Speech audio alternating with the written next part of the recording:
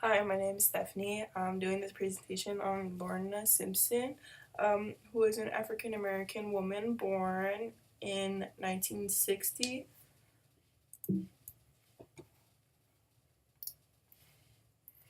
Um, this is a quote that she had. It states, I focus on details either of the body or of objects that represent gender, sexuality, and other themes. So she wanted to do this because she wanted to expand her horizons from not just documentary photography, but to emphasize social, like the marginalism that society had on women or their race or their sexuality, all that different things, and she just wanted to find something to speak more about it. So again, she was born in Brooklyn in 1960. Um, she attended the High School of Arts and Design in New York City. Um, then went on to attend the New York Visual Arts, where she got her BFA in painting. Um, Within the late 1970s, she traveled to Europe and Africa and the U.S. taking documentary photographs, which impacted her work a lot, and but after a while, she questioned the truth of documentary photography, so she wanted to have more of a conceptual approach. So that's where her idea came in. But after she graduated from the School of Visual Arts, she went on to go to UC San Diego, where her technique of adding text to photos emerged. Um, with that questioning of the documentary photography, while she was experimenting, she used more of African American women and males, um, just in ways so that she could challenge the cultural and historical conceptions of the genders and race. And with that came her photo text. Um, the photo text emerged When the photo text emerged, new levels of meaning to the image came about because she felt that yes, somebody is just looking at a photo, but if there's words on it to attach the meaning to the photo, they can look deeper into what the whole meaning and context of the photo becomes. Um, and a lot of time, yes, the photos were posed in studio shots where the women's faces weren't shown. It was majority of the back of their head, their backs, or their heads were cut off, or sometimes their hands were cut off or covered, or she used strands of hair or different hidden or obscured things.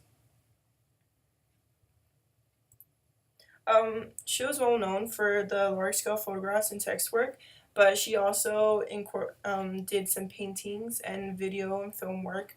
Um, First, she did get her BFA in painting, but then moved on to photography. And from photography, she moved on to video and filmmaking just to expand her horizons and um, just find more meaning into the everyday life of those social like norms that people had. Um, she just engaged the conversations that identity and desire, which like made people think of what not of what somebody looks like, but who they are, because an image can show that, and her images were very powerful in that way. Here is one of her images that she had made with the text. It's called The Water Bearer, which was made in 1986 with the silver print and vinyl lettering. Um, The text says, she showed him despair by the river. They asked her to tell what happened, only to discount her memory. So in a sense, it's just saying that like no matter what she says or what happens, they're not really gonna pay attention to it. They're just gonna pay attention that something happened and maybe she did it. And as you can tell in these images, in this image, the face isn't showing, which is what makes it so powerful because you're unknown of what their visual, like what their facial expression could mean. Here's another one. It's untitled, but states prefer reuse decide, was made in 1986 in its color Polaroid prints. um, Majority of her images are like this. It's cut off using African Americans, not showing their faces or just showing their fronts. There's yeah, this is Plickies, made in 1986. It was a silver print gelatin. And with this, she did the prints, but then cut it out in order to make a sort of collage and attach them to like a plastic or silicone type stuff. Here's another one. It's dividing lines. Again, using the wordings, phrases, different things, and just showing the back of a woman's head, which was her signature, as well as using the lettering. Here's another one. It's called Good Twin, Evil Twin, made in 1989. It's a silver gelatin print. It says Good Twin, Bad Twin. A lot of time with these images, she would take the images and you reuse them in multiple ways. Again, adding them to a frame and posting them up onto a wall within the exhibitions because she was a part of multiple exhibitions, some solo exhibitions and collaborative exhibitions. Here's another one titled, it's untitled, A Lie Is Not a Shelter. It's a 1989 silver gelatin print. The image shows a lie is not a shelter, discrimination is not protection, isolation is not a remedy, a promise is not a prophylactic. It just states, having a broader meaning to it, where it's not okay to discriminate. And she used a lot of times she used like these wordings, these phrases, or even the woman she used based on her own experiences throughout her life. So that was a main part of her inspiration with her works, her art pieces, her photography pieces, her exhibitions, all that. It was all because it was inspired by her own experiences being an African American woman. Here's another one, Figure, 1991. It was a silver gelatin print. A lot of times she used black and white images because it's more, not obscure, but it just gave it more meaning. She used either silver gelatin prints or Polaroid prints. And here again, showing the back of a woman, just standing there, not showing their face at all, having more mystery to it. Here's another one, Landscapes, 1991. It's a Polaroid print. You tell the hands have shoes on them.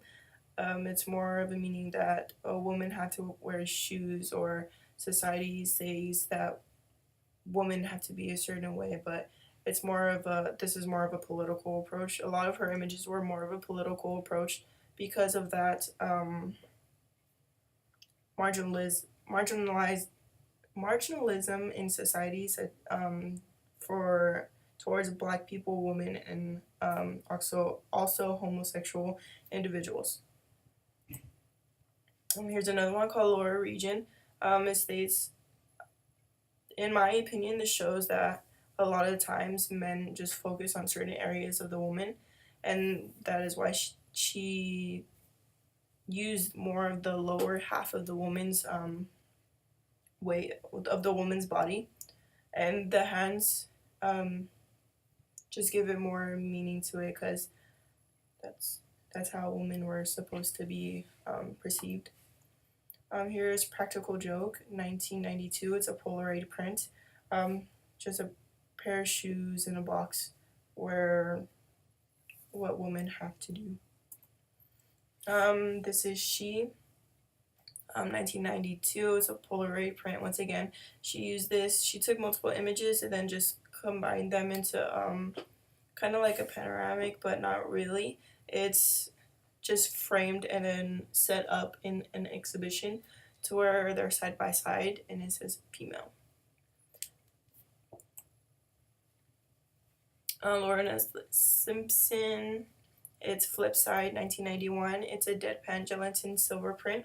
Um, it just states that right here, the bottom of it states the neighbors were suspicious of her hairstyle. Again, going back to the African American woman and how society perceived them during the time. She just wanted to have a more political approach to it again because women's hair weren't really the same, and a lot of time people judge that. And so she wanted to make that known and have people be aware that basically it's fine to with the way they are. This is Counting, 1991. It's a photo gravure with screen print. Again, using that collage approach, adding images and text into it, using the same images over and over. This is 2 for 2, archival gelatin prints. Again, this was within an exhibition, and they were put up side by side, just stating the different facial expressions of different individuals of the same ethnicity, and it's just having a different approach to it as well. And this is 1959 to 2009. It was done in 2009 in a exhibition. They were all silver gelatin prints, and they were all framed and put up on the wall in the exhibition as a timeline in a sense, because if you were to see the whole exhibition, it would go from all the way from 1957 to how images and how everybody was perceived to now, and it goes from black and white to color.